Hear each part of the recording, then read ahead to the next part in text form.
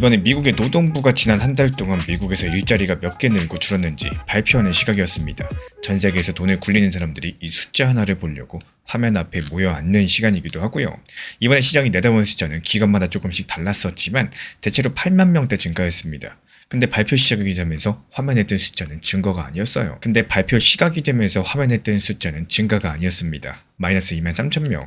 일자리가 늘어나는 속도가 느려진 게 아니라 있던 일자리가 오히려 줄어든 겁니다. 이게 얼마나 뜻밖의 일이었는지는 한번 짚고 가겠습니다. 여기서 말하는 숫자는 비농업 고용이라는 통계인데요. 농사 일을 뺀 미국의 회사랑 정부 일자리가 한 달 사이에 몇 개 늘고 몇 개 줄었는지 세는 겁니다.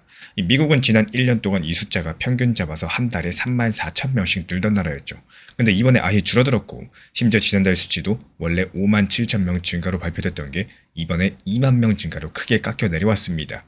미국 경제는 사람들이 월급을 받아서 쓰는 소비가 떠받치는 구조이기 때문에 일자리가 줄어든다? 그렇다면 그 소비의 근본 자체가 약해질 수 있다는 이야기가 되겠죠. 이 발표 직후의 분위기가 무거워진 이유겠습니다. 근데 여기서 같은 발표문 안에 고개를 갸웃하게 만드는 숫자가 하나 더 있었죠. 바로 실업률입니다. 이 실업률은 일할 마음이 있어서 지금 일자리를 찾고 있는 사람 가운데 아직까지 일을 구하지 못한 사람이 몇 퍼센트인지를 재는 건데요.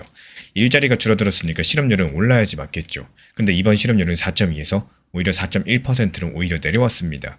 지금 시장 예상치보다 좋게 나온 거예요. 한쪽 숫자는 나빠졌는데 한쪽 숫자는 좋아졌습니다.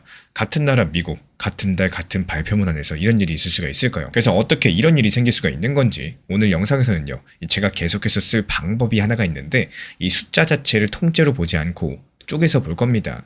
합계는 거짓말하지 않지만 전부를 말해주지도 않거든요. 실업률부터 쪼개보겠습니다. 취업자 숫자는 회사에 물어가지고 세고 실업률은 집집마다 물어서 세는 애초에 서로 다른 조사입니다. 그리고 실업률에서는 함정이 하나 있죠. 일자리 찾기를 아예 접고 시장을 떠난 사람들, 실업자로도 잡히지 않는다는 겁니다. 말 그대로 찾는 사람만 세니까요. 그럼 이번에 어느 쪽이었을까요? 이번 발표에서 일하거나 일자리를 찾는 사람의 비율, 그러니까 경제활동 참가율은 61.4%로서 5년 넘는 기간 중에 가장 낮은 수준까지 내려왔습니다. 실업률이 내려온 주된 이유는 취업이 늘어서가 아니라 일하거나 일자리를 찾는 사람 자체가 더 줄었기 때문이라는 게 현지 언론의 정리죠. 좋아 보이는 숫자의 안쪽이 사실은 반대 방향을 가리키고 있었다는 겁니다. 그러면 공평하게 나빠 보이는 숫자도 쪼개보겠습니다. 마이너스 2만 3천 명을 뜯어보면 정부 쪽 일자리가 5만 3천 명 줄어든 게 컸고 민간 일자리는 오히려 3만 명이 늘었습니다. 이 정부 쪽의 감소는 지방교육 자리에 몰려가지고 있기 때문에 계술적인 요인 성격이 클 거고 나중에 수정될 수 있다는 관측도 있습니다. 그러니까 겁나는 헤드라인만큼 무너진 건 아니라는 거예요. 다만 민간의 3만 명 증가도 예년에 비하면 아주 약한 수준이고요. 시급이 오르는 속도 자체도 1년 전 대비했을 때 3.2%로서 2021년 5월 이후에 가장 낮았습니다. 정리드리자면은 나쁜 숫자도 과장이 섞였고요. 좋은 숫자도 착각이 섞였는데 양쪽 전부 다 쪼개놓고 봤을 때 방향성은 한 가지로 보입니다. 미국의 고용이 식어가고 있다는 쪽으로요. 이 식어가는 고용이 코인이랑 무슨 상관인가? 여기서 바로 연준이 나옵니다. 연준은 미국의 중앙은행이고 미국 안에서 돈을 빌리는 값인 금리를 정하는 곳입니다. 연준에게는 숙제가 두 가지가 있죠. 물가를 잡는 거, 고용을 지키는 거. 근데 최근까지 시장의 걱정은 금리를 내리냐가 아니라 물가 때문에 오히려 더 올리느냐 쪽이었습니다. 위원들 사이에서도 올리자는 목소리가 나올 정도였었고 그 분위기가 단 몇 시간 만에 바뀌었습니다. 실제로 발표 직후에 미국의 국채 금리가 내려가고 또 달러가 약해졌고요. 하루 전까지만 해도 9월 달에 금리를 올린다. 이런 쪽이 다수였던 시장의 베팅 자체가 발표되고 나서는 동결한다 쪽으로 다수가 넘어갔습니다. 인상 확률은 절반 아래로 내려왔고요. 주식시장은 오르면서 출발했고요. 비트코인도 발표랑 함께 1%대로 올랐습니다. 이 돈의 값이 더 비싸질 거라는 걱정 한 가지가 일단 뒤로 물러난 일입니다. 근데 오늘 이야기가 여기서 끝이 아니죠. 같은 주에 코인 쪽에서도 쪼개서 봐야지 제대로 보이는 통계가 하나 나왔습니다. 이번엔 바로 XRP입니다. 코인 업계에서 봤을 때 코인을 아주 많이 든 지갑을 골이라고 부르는데요. 이 코인은 지갑마다 얼마가 들었는지 거래 기록이 밖에서 보이게 남기 때문에 이런 셈이 가능합니다. 이 데이터에서 센티멘트의 집계를 크립토 베이직이라는 매체가 전달을 했었는데 저는 이 통계를 체급별로 쪼개서 보여드리도록 하겠습니다. 지금 XRP 한 개가 우리 돈으로 1,470원 안팎이죠. 환율 1,420원 어림으로 감을 잡아보면은 첫 번째 이 100만에서 1,000만 개를 든 지갑들 한 지갑당 대략 15억에서 150억입니다. 두 번째로 1,000만에서 1억 개를 든 지갑들 대략 150억에서 1,500원 원어치죠. 세 번째로 1억에서 10억 개를 든 제일 큰 지갑들입니다. 그리고 결과가 재밌습니다. 올해 XRP 가격은 43% 내려갔죠. 근데 가운데 체급, 그러니까 150억에서 1,500원어치를 든 지갑들은 연초 109억 7천만 개였던 보유량을 지금 122억 개까지 12억 3천만 개를 더 사모았습니다. 지금 시세로 따지면 1조 8천억 규모인데 지갑 숫자도 301개에서 313개로 늘었습니다. 12개의 지갑이 이 체급으로 새로 들어왔다는 뜻이겠죠. 반대로 가장 큰 체급은 3억 개를 줄였고 그 아래 체급은 2억 6천만 개를 늘렸습니다. 그러니까 고래가 샀다는 말도 고래가 팔았다는 말도 둘 다 반쪽입니다. 쪼개보면 그림이 선명해지죠. 맨 위층은 조금 덜어냈고 그 바로 아래의 큰 돈들이 그 물량을 전부 다 받고도 넘게 사들였다는 겁니다.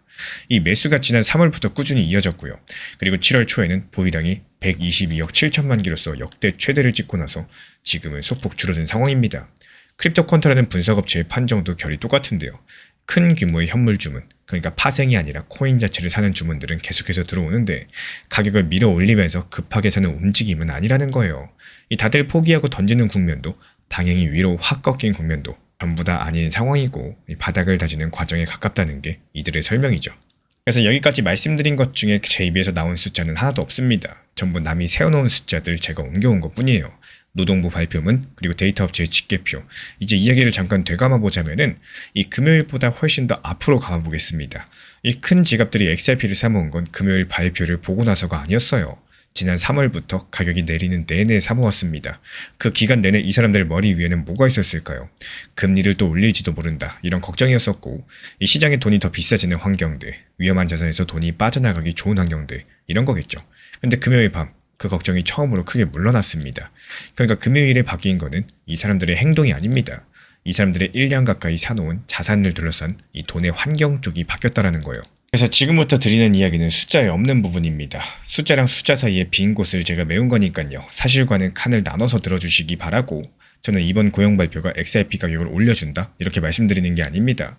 실제로 1년 내내 조 단위로 사모았는데도 가격은 43%가 내렸어요. 매수가 곧 상승이 아니라는 거는 올해 내내 증명이 됐죠. 다만 이렇게 읽을 수 있다라고 봐요. 43% 내리는 내내 사모은 쪽이 처음으로 돈의 환경까지도 자기들이 서 있는 방향으로 움직이는 것들을 본 한 주였다고요. 이 빈 곳 메우기는 여기까지 하고 다시 세워져 있는 숫자로 한번 돌아가 보겠습니다. 그래서 앞으로 어떻게 될 가능성이 가장 높아 보일까요? 다음 주에 나올 미국 물가지표가 아주 크게 튀지 않는 한 9월달 연준 회의는 인상이 아니라 금리 동결 쪽에 무기가 실린 상태로 갈 거고요. 코인 시장은 짓누르던 걱정 하나를 던 채로 큰 지갑들의 매집 구조 위에서 움직인다. 바로 이런 그림들입니다. 그 근거는 세 가지예요. 먼저 발표 몇 시간 만에 시장의 베팅이 실제로 인상에서 동결로 넘어갔죠. 그리고 고용 발표의 속살이 전부 같은 방향입니다. 지난달 수치 하향, 그리고 임금 상승 둔화, 참가율 하락, 전부 다 식는 쪽이에요. 세 번째로 XRP 쪽 수요가 빚을 낀 급한 돈이 아니라 현물 위주의 느린 돈이고 그 체급의 지갑 수 자체가 늘어나고 있습니다. 그래서 미국의 일자리 숫자가 예상을 완전히 벗어나 줄었고요. 좋아 보이는 실업률까지도 쪼개보면은 방향성은 식는 쪽이 아니라 금리를 올리자던 식는 쪽이 있기 때문에 이 금리를 올리자던 이야기가 하루 만에 동결적으로 물러났습니다. 같은 주에 나온 집계에서 XRP를 150억에서 1,500억 들고 있는 큰 지갑들은 가격이 43% 내리는 동안 1조 8천억 규모를 더 사모았고 지갑 숫자는 313개로 늘어난 게 확인이 됐습니다. 이 매집이 가격을 보장해 주진 않겠지만 1년 내내 사모은 쪽을 둘러싼 돈의 환경이 처음으로 그들이 서 있는 방향성으로 움직이기 시작을 했고요. 그럼 마지막으로 여쭤보자면은 우리 구독자분들은 어느 쪽이신가요? 1년 내내 사모은 이 큰 지갑들이 이번에도 맞을 건지 아니면 이번만큼은 큰 지갑들도 틀릴지 댓글로 생각 남겨주시고 다음 달 이 통계가 갱신되는 날 313개라는 지갑 숫자가 늘어있을지 줄어있을지 그 숫자를 들고 다시 찾아뵙도록 하겠습니다. 이 지금 시장 상황 자체가 리플이 안 좋은 거 사실입니다. 하지만 알트 시장 같은 경우는 전혀 나쁘지가 않은데요. 쉽게 한번 설명을 드리기 위해서 각자 이미지 트레이닝을 하면서 한번 따라가 보도록 하겠습니다. 이 개개인 분들마다 투자하시는 자금들 성향 자체가 다르기 때문에 예를 들어서 내가 1,000만 원 정도로 운영을 한다고 했을 때 이 1,000만 원을 어떻게 운영해가지고 1억까지 만들 수 있을 것인가, 리플 XRP만 투자할 것인가, 알트코인에 투자할 것인가, 그리고 이런 상황에서 몰빵 투자하고 여기서 오르기만 기다린다라는 건요, 그냥 물 떠놓고 기도하는 것과 똑같다. 이렇게 보시면 되겠습니다. 제가 안내드리는 정보 커뮤니티 정보 방수도 역시 마찬가지입니다. 기본적인 포트폴리오에 대한 구성 그리고 비중 조절 여기에 대해서 중요하게 말씀을 드리고 있는 이유들도요. 최근 안내드린 단기 종합방 내용들을 보시면 바로 이해가 되실 텐데요. 예를 들어서 지난 7월 3일에 안내드렸던 단기 타점들에 대해 가지고 제로지, 아이릭스 여러 가지 알트코인들이 있었지만요. 아무리 여기서 자리가 좋고 흐름이 좋다라고 할지라도 내가 비중을 조절해서 들어가는 이유들, 분명 예상하지 못한 이런 상황들이 발생할 수 있기 때문입니다. 그래서 흐름이 좋아가지고 오전에 비중을 좋아서 진입을 하고 또 목표가까지 도달을 하고 그 다음에 무리한 추격 매수가 아니라 그 다음 타점에 대해서도 비중을 조절해가지고 진입을 하시는 겁니다. 하지만 여기에서의 가장 큰 핵심이 되는 부분들은 만약에 이전에 들어간 단기 종목들이 빠르게 상승을 했고 더 상승할 것 같다라고 걸어둔 목표가에 대해서 취소하는 게 아니라 더 상승해도 상관없으니 그냥 수익 실현하고 다음 타점으로 넘어간다는 게 핵심이에요. 그렇게 펄 그리고 뉴턴 프로토콜, 오덜리까지도 전부 다 비중 조절해서 오전에 진입을 하면서 목표가 걸어놓고 그리고 오후에는 목표가에 도달까지 한 상황입니다. 자주 쳐다보고 들여다보는 게 중요한 게 아니라요. 내가 여유 있게 목표가에 걸어놓고 이 신경을 덜 쓰는 이런 건강한 매매 방법들에 대해서 찾아 나갈 줄 아셔야 된다. 이렇게 말씀을 드리고 싶어요. 결국에 중요한 건요. 이 수익을 실현을 했기 때문에 그 다음에 또 비중 조절해가지고 무리한 추격 매수를 하지 않고 그 다음 단기 타점 종목들을 찾아 나갈 수가 있다는 겁니다. 그렇게 이번 모카 네트워크, 무덴까지도 단기 타점에 대해서 다시 한번 진입을 하더라도요. 이걸 내가 욕심을 내는 게 아니라 항상 미리 걸어두는 습관을 가지시는 게 가장 중요하다. 이렇게 말씀을 드리고 싶어요. 즉 여기서 단기 타점들 같은 경우는 말 그대로 단기답게 운영할 줄 아셔야 되고 중기 타점은 중기답게, 중장기는 또 장기답게 이런 식으로 진입을 하셔야 된다는 거죠. 그리고 이런 큰 바운더리 안에서 뭔가 크게 바꾸려고 하시면 안 된다는 거예요. 그렇게 다음날 역시 마찬가지입니다. 이전에 들어갔던 펄 코인까지도 익절이 나왔고 또 시장 흐름이 안 좋았을 때는 현금 비중 보유하면서 시장을 관망할 수 있는 이런 매매 방법들에 대해서 키워나가는 게 바로 큰 핵심이 되겠습니다. 이전에 들어갔던 모카 네트워크도 역시 마찬가지예요. 이게 익절이 나오면서 다시 한번 단기 타점으로 좋아 보이는 엔소 코인을 들어가고 또 다시 목표가를 걸어두면서 다시 한번 다음날 오전 여유롭게 엔소 코인 목표가 도달하는 상황들까지도 연출을 했습니다. 여기서 정말 중요하지만요. 내가 만약에 목표한 가격들에 대해서 걸어두지 않으면은 이게 새벽에 상승을 했다라고 할지라도 그 순간 대응을 못하고 매도를 못하면은 아무런 의미가 없죠. 그냥 잠깐의 수익 그냥 찍힌 것 뿐입니다. 그렇기 때문에 미리미리 목표가를 걸어두는 이런 건강한 매매 방법들을 만들어 나가는 게 가장 큰 핵심이다. 이렇게 엔소까지도 익절을 완료했었다면요. 그 다음 단기 타점이었던 온톨로지 가스까지 진입을 하고 순차적으로 수익 실현이 전부 다 완료가 되면서 시장을 여유롭게 볼 수 있는 시선들을 키워나가는 것도 중요하다고 생각을 해요. 하지만 단기 종합방에서도 안내를 드렸지만요. 이 시장 흐름이 좋지가 않고 특히나 일요일 저녁에서 월요일로 넘어가는 이런 급격한 하락 장세가 나올 수 있는 조정이 나올 수 있는 경우가 있기 때문에 이 시장을 조금 더 지켜보는 게 중요하다. 이렇게 안내까지도 드리고 있는 이유들은요. 기본적인 현금 비중에 대해서 중요성을 강조드리고 있기 때문입니다.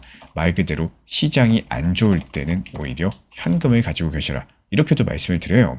지금처럼 미국과 이란 전쟁까지 시끄러운 상황에서는 내가 원하는 시기, 이 타점, 타이밍에 대해서 잘 공략하는 것이 상당히 중요합니다. 그래서 현금 비중에 대해서 효율적으로 잘 보유하다가 이런 것도 중요한 시기라는 거고 매매를 여러 번 하고 계속하고 매매 중독처럼 매일매일 사고 판다? 이게 잘하는 게 절대 아닙니다. 말 그대로 치고 빠지기를 잘할 줄 아셔야 돼요. 이렇게 비중만 조절해가지고 들어가면서 5개, 10개씩 익절하면서 이렇게 수익을 쌓아나가는 시장인 거지 여러 가지 뭐 리플, XRP 이거 한 개에만 몰빵해가지고 아니면 알트코인에 뭐 아니면 도다 이런 식으로 알트코인에 몰빵해가지고 이런 매매 습관들 반드시 지금 시장에서는 위험한 시기다. 이렇게 알고 계셔야 됩니다. 그리고 여기서 가장 중요한 점은 이 모든 것들이 결국에 업비트, 빗썸, 현물 매매로도 가능하다는 것들을 알고 계셔야 됩니다. 내가 잘 모르는 해외 거래소, 선물 매매 정말로 위험하기 때문에 매번 강조드리고 있지만요. 안전하게 지금 사용하고 계신 업비트, 빗썸, 현물 매매만으로도 이 조급해하지 마시고 비중 조절과 원칙 매매 잘 살려나가시기를 응원을 드리면서 이 정보방에 대해서 입장 필요하신 분들께서만 문의 남겨주시면 안내 도움 드리도록 하겠습니다.